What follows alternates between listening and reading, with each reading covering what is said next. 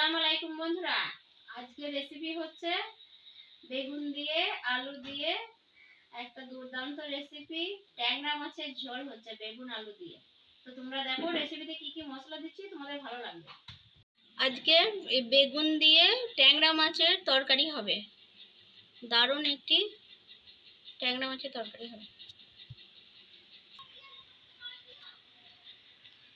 কড়াইয়ে তেল দিয়ে দেবো আলু কটা ভেজে নেওয়ার জন্য। আলু বেগুন কটা ভেজে নেবো।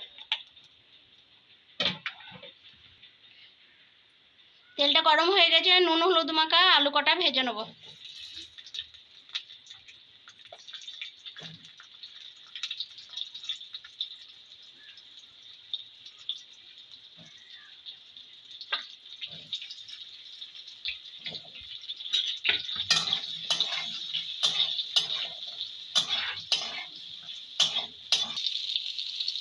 আমার ভাজাটা হয়ে গেছে, এবার আলু কটাকে তুলে নেব।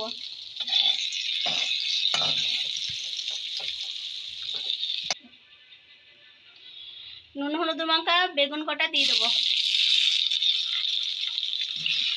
তেলে ছেড়ে দেবো।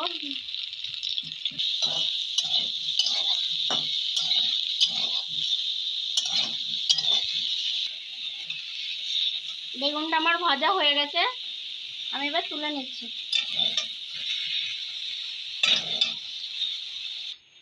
একই কড়াইয়ের মধ্যে কিছু তেল দিয়ে দেবো।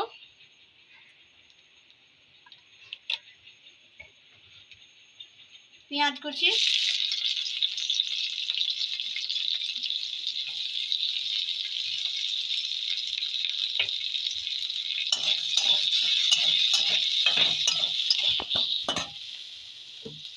লবণ দিয়ে দেবো, সামান্য একটু লবণ,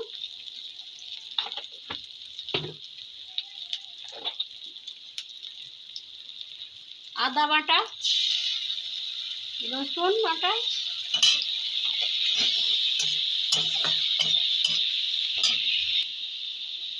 হলুদের গুঁড়ো,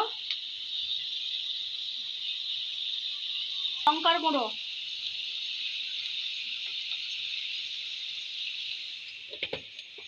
ভেজে রাখা আলুগুলো দিয়ে দেবো।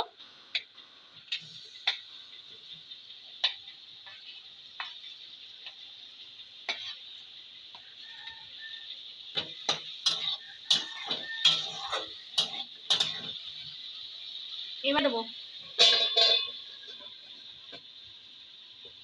ঢাকনাটা খুলে একবার দেখে নেবো।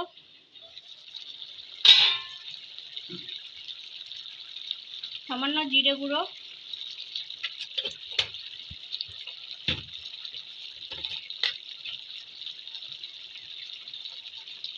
সামান্য ধনিয়ার গুঁড়ো, সামান্য গোলমরিচের গুঁড়ো, সামান্য একটু সিক্রেট মশলা।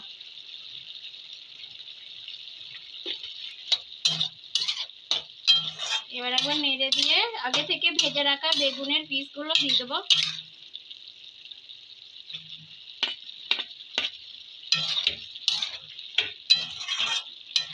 সামান্য একটু গা গড়িয়ে জল দিয়ে দেবো।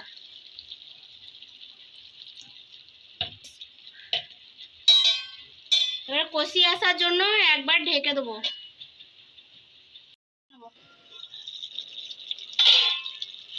এবার আগে থেকে পরিষ্কার করে রাখা ট্যাংরা মাছের পিসগুলো দিয়ে দেবো।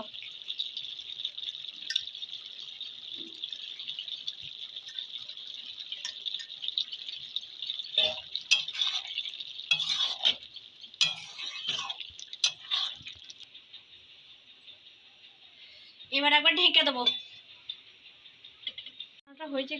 রান্নাটা হয়েছে কি না হয়েছে একবার খুলে দেখে নেবো। রান্নাটা হয়ে গেছে, এবার গ্যাসটা বন্ধ করে দেবো।